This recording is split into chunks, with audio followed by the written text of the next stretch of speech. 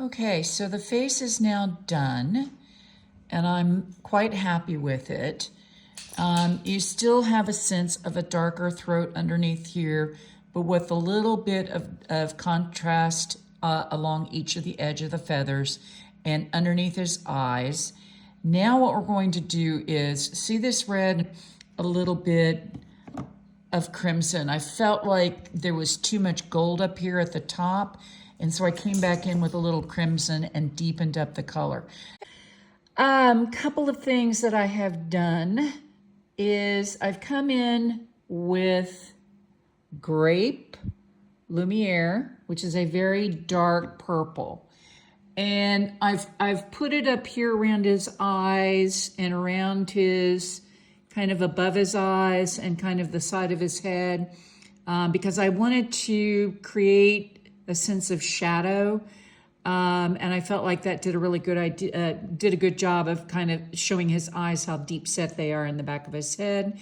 I also put a little bit of it right here. So I ended up coming in some of the background and filling in with a dark purple first. That helps me actually distinguish where the leaves are. Now there's some additional background areas. I'm going to be doing that in a different color, but I wanted to get the dark purple down first. I just want to talk briefly about the paint that is used for these leaves that are on this side. There's some on the other side as well, but I'm going to focus strictly on this side for the time being. Only two colors, the Lumiere Citrine and the Lumiere Metallic Olive Green. I've done a leaf already. Let me zoom into that. There you go. I actually started with kind of a blend first. Then I brought in some more olive green and then finished up with a little bit more citrine. So let me do it right down here on this one. I'm going to come in with the citrine first. And this is why I love this paint. I mean, it just goes on so smoothly, very little effort to it. And then let's pick up a little bit of the olive green and just kind of brush on a little bit of shadowing up one side. And that's it. So I'll be continuing to color the leaves that way. Now, for the stems all the way down, I would suggest using actually a tiny brush like that will do it. Oh, excuse me, let me get in that in the frame. Let me try this one down here again.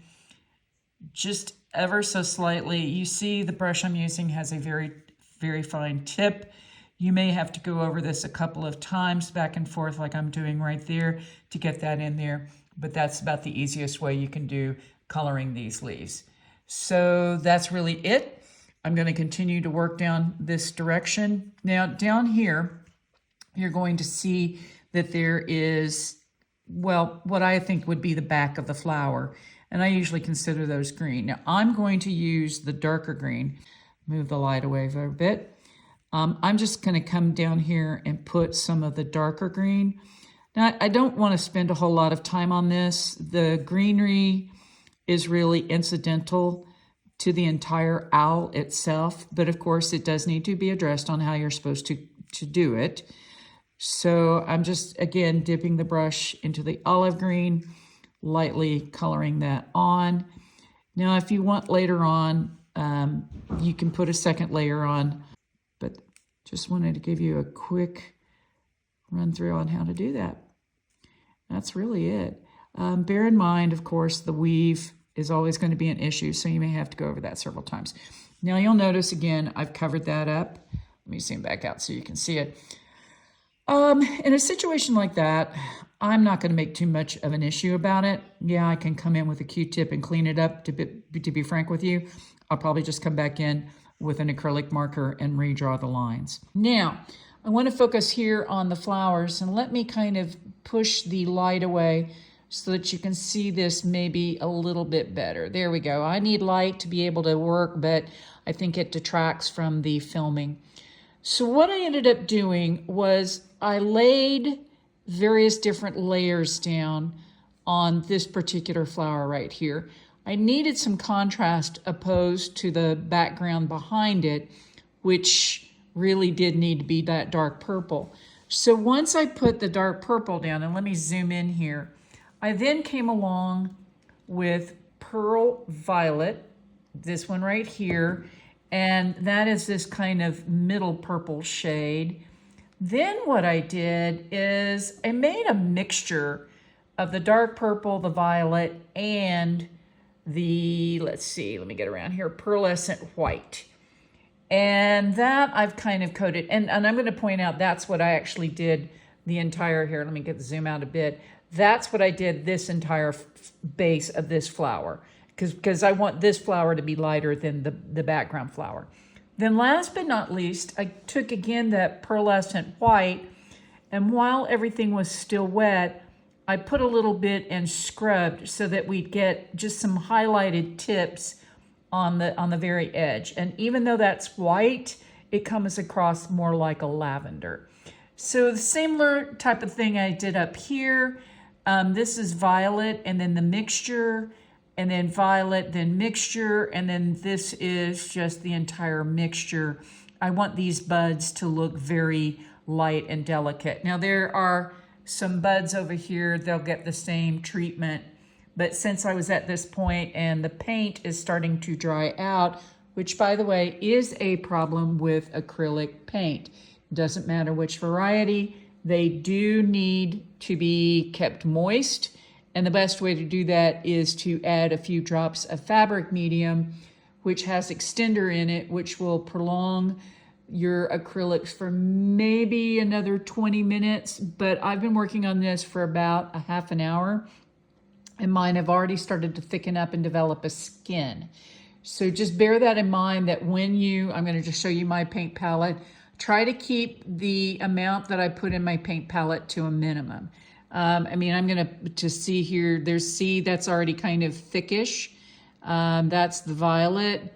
And just to show you what I'm going to do next, on top of this one right here, I'm just going to use the violet very lightly to create kind of a deep base and just feather that out up into the remaining of the petal.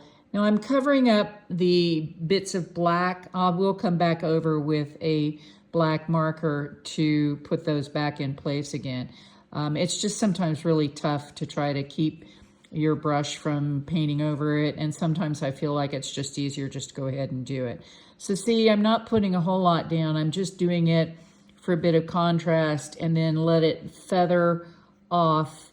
And that's just with one brush load. So you can see it doesn't take a whole lot just to get that really nice kind of in-depth effect at the base.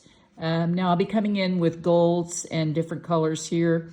So the key is also to let this dry thoroughly so that you don't end up getting some kind of mix, which is easy to do with acrylics. It's really something I have to work very hard to avoid because I'm so used to pencil.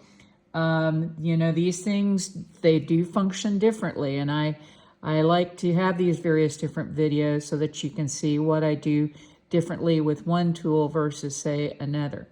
So I'm almost done here, and that's why I've been kind of blabbing while I do this, is just to kind of get through it so that you can see what this is look like, which I think is very nice. I mean, the one thing you want to try to do, even if you're painting on denim on something that you're going to wear, is, you know, give it a painterly, artistic look. There's no reason for it to be just flat. I've been playing a lot, actually, with digital art lately, and they always talk about doing things in layers. Well, I feel like the same thing goes on here. You want to work in layers. So if you'll notice, I put the light layer down first. Now I'm putting this medium layer. I might come in a little bit later, maybe just at the very base, and put in some of that dark purple. I don't know. I'll wait and see what it looks like when it's dry. So that's it so far.